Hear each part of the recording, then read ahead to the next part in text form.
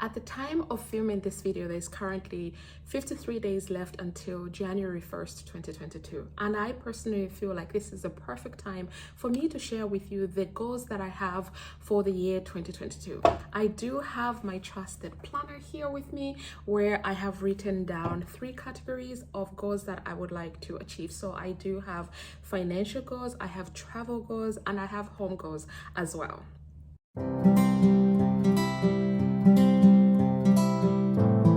Hey guys, welcome to Budget with the July Dreamer. My name is Miranda, and on this channel you'll find everything personal finance. So I talk about budgeting, I talk about saving, I talk about investing. If these topics interest you, then please hit that like button, subscribe if you haven't already, and let's get into today's video. So setting my goals for 2022. You guys, I can't even believe that in just less than, I think by the time you see this video, probably 51 days or 50 days left before the year ends. 2021 has been such an incredible year for me personally. There's been a lot of goals. I had 18 goals and I think I've accomplished 16 or 17 goals already. There is one that I would like to accomplish, but with the way things are set up, I know it's not going to happen, but I'm not actually too mad about it because I actually set that goal not only for this year, but to continue on until June next year. So again, this is why I'm not too mad about it.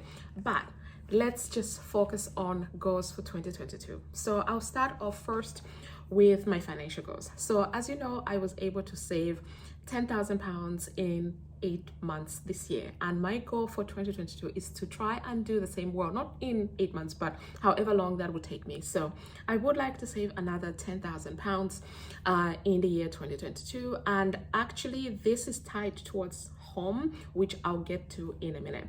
Then my second financial goal is to reach 50k in my investments. So at the moment I'm trending somewhere around £40,000 in my investments. So this is across my 2 pensions, private pensions that I have, my ISA, my general investment account, and I now obviously started dabbling slowly into crypto. So there is that as well. So I would like to have 50k in investments before the end of 2022.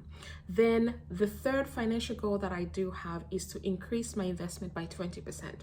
So this has been a goal of mine to make sure that every single year I increase my investment contribution. So I would like to get to a comfortable 30% of my annual income going towards investments. So we'll see how that plays out, but honestly I have been doing so well. So what I did at the beginning of 2021 was actually look at what was my salary 2 years ago, because I know I didn't get a pay rise since I changed companies.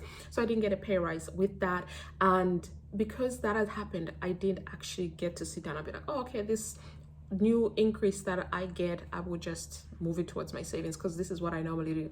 So what I did was look at the pay that I was getting in 2019, and then the pay that I'm getting in 2021. So I looked at that and I decided the difference was going to be going straight to my savings, and that's what I've been doing. So now that I've already saved for my emergency fund, I'm going to try and now increase how much I allocate towards my investments. So this is my plan, to increase to 20%. So at the moment I believe I'm trending between 8 to 12%. So it's actually a big jump for me, but I think I can do it. So only 3 financial goals that I would like to focus in on in 2022. And I read a book a long time ago, and I think it's called Why Didn't They Teach Me This at School? And what I loved about that book was the fact that when you are setting goals, it taught you about when you're setting goals, don't just set goals and like, oh, I would like to save another £10,000, which is obviously my goal, but it says, think about how are you going to be able to achieve that? How are you going to be able to save £10,000 or £1,000 or however much you want to save? So for me, looking at that goal, I am like, okay, I can comfortably put £1,000 from my salary, from my side hustles to one side to be able to save it. So I already know the sources that are going to be able to provide me the amount of money that I need to be able to save towards my goal. Reaching my reach 50k in investments, how am I going to achieve that? So again, I'm going to be getting from my side hustles, and also hoping the market continues to go up. That will help me as well towards that goal, but I'm not relying on that because that is something that is out of my control. So I need to focus on how I'm going to be able to do that, reach 50K in investments. So this is why my third goal is very important. Me increasing my contribution towards my investments actually is how I am going to be able to reach 50K before the end of 2022. So, and then with respect to how do I go about increasing the contributions, again, there are certain things in my budget when I look at it, I'm just like, I don't need this, or I could go without this. And also, for me to be able to increase my investments, I have actually thought about this.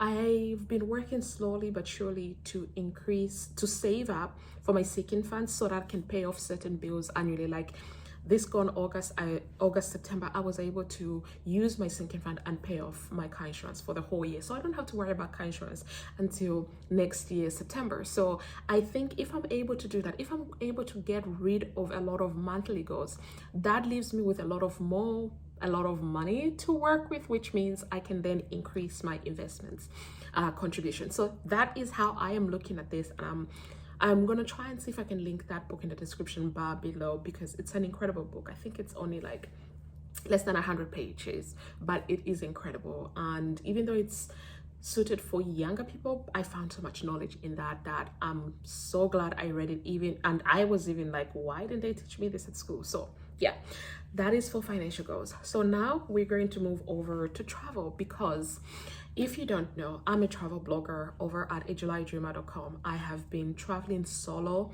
for over, I don't even know how many years, maybe since 2015 or thereabouts, and I absolutely love it. It was terrifying at first, but now I do it all the time. Obviously,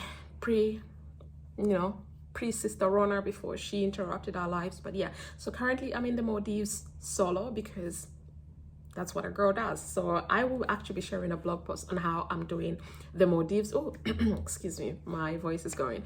How I'm doing the Maldives trip on a budget. Again, let me just repeat this. When I say budget is subjective. So my size pot of budget may be different to your size pot budget. So I'm gonna try and explain that in a video, as well as share content on my blog. So check that out. And also, if you want to keep up with what I'm doing right now whilst I'm in the Maldives, then you can check out my Instagram. I'm at July Dreamer. So same name as Bajo with the July Dreamer. So I'll leave the details in the description bar below. So travel goals for 2022. I only actually have one, and this is very surprising because normally I do a lot of traveling. Like pre-Rona, I was traveling at least twice a month abroad. Living in the UK, I have mainland Europe a stone throw away, so it was easy for me to just go there for a weekend getaway or something like that. But this time I'm gonna take it a bit slower. I think the Maldives trip has taught me that, you know what, not all trips need to be up running, see beautiful sights, see this and this and this, and no, I can actually have an absolutely relaxing holiday, and that's what I'm doing right now, and it's incredible. So I'm planning 2 trips next year. So I would like to go to Zambia. So Zambia is my home country, so I would like to go to Zambia next year. Then my second trip, I would like to spend a month in the southeast of Asia, doing at least 5 countries. So this is what I am hoping to do. And again, as the book said, you need to plan how you're going to be able to do this. So for Zambia, I know I need 2 weeks. I already have that many vacation days this year. Surprisingly, I still have 8.5 days left. I'm going to take 3.5 for the rest of the year, because you're only allowed to carry 5 over. And then on top of my 30 days that I get off plus 5 days, that's 35, plus 8 bank holidays. Again, I've calculated it all, so I know how it's gonna work out. The one that I possibly might need to sit down and replan is my Southeast Asia, because I'm planning for 4 weeks. So let's see how I can do that, but that is what I am hoping. Now, this is not to say that because I only have one goal of doing two week vacations does not mean that I won't throw in a spontaneous trip here or there. But again, my focus is on spending 2 weeks somewhere just relaxed, chilled, and what have you. But then again, if you're a Zambian or anybody from any African country, you would know going back home, it's not always relaxing, because you're always on the go. There's so many things you want to do, so many people you want to see, there's so many relationships to attend to.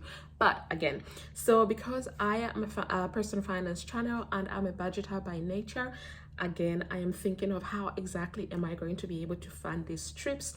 Sinking funds will help me, but again, I'm gonna be setting up a few challenges that will help me, and I'm hoping to share those in the month of December. Hopefully I don't forget, but that is my plan. Then finally, home. So for home, I actually do have two major goals that I would like to accomplish in 2022. The first one is I would like to redo my kitchen.